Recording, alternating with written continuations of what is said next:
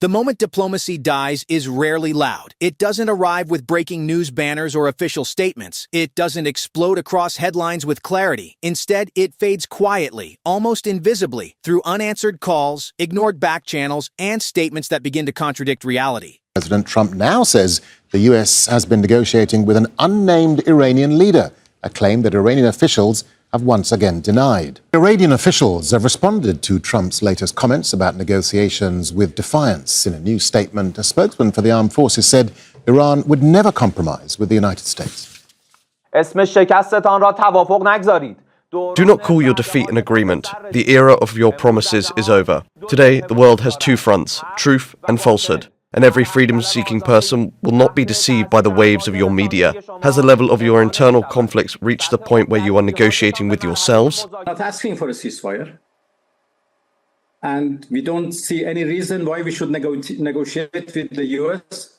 When we negotiated with them twice, and every time they attacked us at the middle of negotiations. So there is no request for a ceasefire by us, and there is no request for the negotiation with the US from us. We have never sent any messages to them. And that is exactly where we are right now, because what we are witnessing is not just another phase in a geopolitical standoff, but the slow and dangerous collapse of negotiation itself, as Iran has taken a position that fundamentally reshapes the entire conflict. No ceasefire under pressure, no talks while strikes continue, no engagement with a process they believe has repeatedly been used against them. And that decision, simple on the surface but massive in consequence, has triggered a chain reaction that is now rippling through Washington, through global markets, and through every diplomatic corridor that once held even a faint possibility of de-escalation.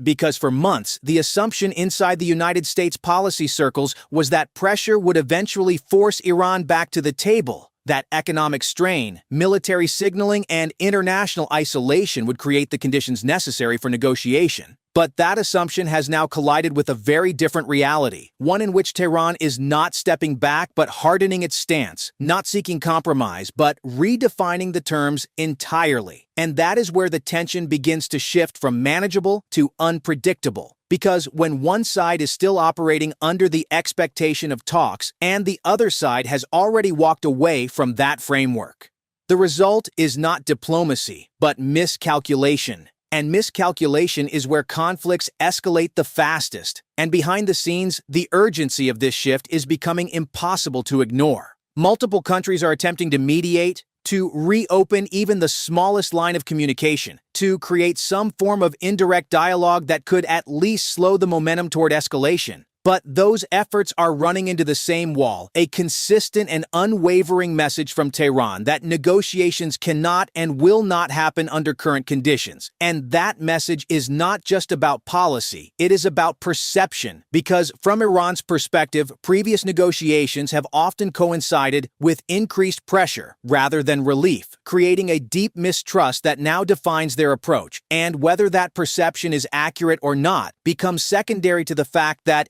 it is shaping real decisions in real time, and those decisions are now influencing the trajectory of the entire conflict. Because without negotiation, there is no structured way to de-escalate, no formal mechanism to pause, no agreed framework to manage escalation, and that absence creates a vacuum that is quickly filled by force, by signaling, by strategic moves that are designed not to communicate through words, but through actions. And that is where the situation becomes far more dangerous, because actions are often interpreted differently by each side, leading to further escalation in a cycle that becomes increasingly difficult to control. And for Donald Trump, this is where the situation transforms from a calculated strategy into a complex and high-risk dilemma. Because the initial approach relied heavily on the idea that pressure would produce leverage, that leverage would produce negotiation, and negotiation would produce a visible outcome that could be framed as a success. But with Iran closing the door on talks, that entire chain begins to break down, leaving behind a scenario where pressure continues but leverage diminishes.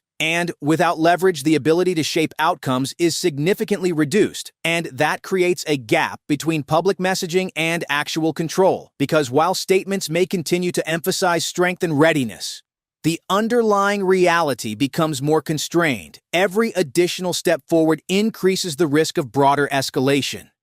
while every step back risks signaling weakness, and navigating between those two pressures becomes increasingly difficult as time passes. And this is where the concept of a strategic trap begins to emerge, not as a deliberate design by one side, but as a natural outcome of competing decisions that limit available options. Because when escalation is costly and de-escalation is politically risky, the space for effective decision-making narrows significantly. And that narrowing space is exactly what defines the current moment, because it forces decisions to be made under pressure, with limited information and with consequences that extend far beyond the immediate situation. And those consequences are not confined to the region itself. They ripple outward into global systems that are already under strain. Energy markets react to uncertainty with volatility. Supply chains respond to risk with hesitation. Financial systems adjust to instability with caution. And all of these reactions combine to amplify the impact of the conflict far beyond its geographic boundaries. And that amplification is what turns a regional crisis into a global concern, because it connects decisions made in one place to outcomes felt in another. And that interconnectedness increases the stakes for everyone involved, because it means that even small changes in the situation can have disproportionate effects, and managing those effects becomes increasingly challenging as the situation evolves. And that evolution is now moving in a direction that is defined less by negotiation and more by endurance. Because when dialogue breaks down, the focus shifts from resolution to persistence, from finding common ground to maintaining position. And that shift changes the entire dynamic of the conflict, because it removes the expectation of a quick outcome and replaces it with a longer, more uncertain process in which each side attempts to outlast the other. And endurance as a strategy is fundamentally different from negotiation, because it relies not on agreement but on resilience, not on compromise, but on capacity. And that difference makes conflicts more difficult to resolve, because it reduces the incentives for immediate de-escalation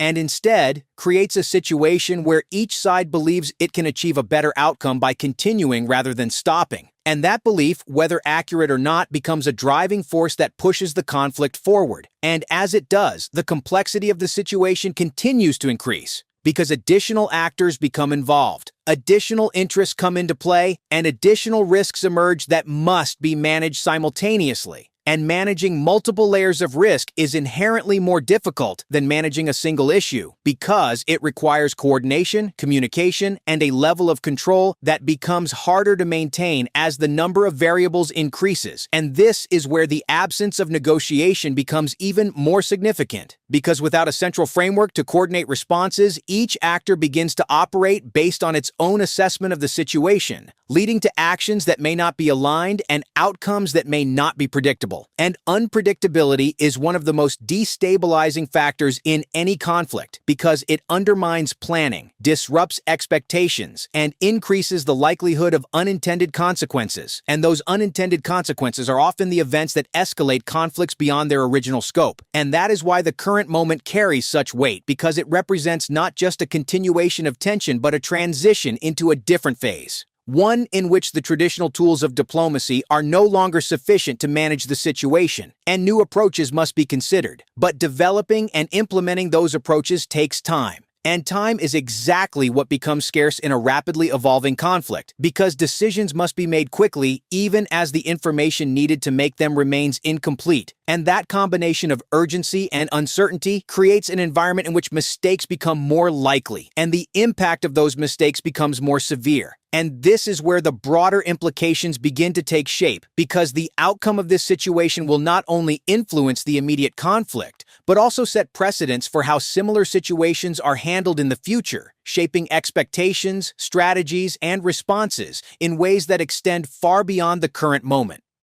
And that is why understanding what is happening now is so important, because it provides insight into the direction in which the system is moving. And that direction appears to be one of increased fragmentation, increased competition, and increased reliance on non-diplomatic tools to achieve objectives. And while those tools may produce short-term gains, they often come with long-term costs that are more difficult to manage. And balancing those short-term and long-term considerations is one of the central challenges facing decision makers at this moment. because the pressure to act quickly must be weighed against the need to avoid actions that could create larger problems in the future. And that balance is difficult to achieve under normal circumstances, and even more difficult in a situation where communication is limited and trust is low. And that brings us back to the core issue, the collapse of negotiation, because without communication, trust cannot be rebuilt. And without trust, the space for compromise remains extremely limited. And until that space is reopened, if it can be reopened at all, the trajectory of the conflict will continue to be shaped by forces that are harder to control and outcomes that are harder to predict. And that is what makes this moment so critical, because it is not defined by a single event or a single decision, but by the accumulation of choices that have gradually closed off the pathways to de-escalation, leaving behind a situation that is increasingly defined by pressure, endurance, and the complex interplay of factors that determine how conflicts evolve over time.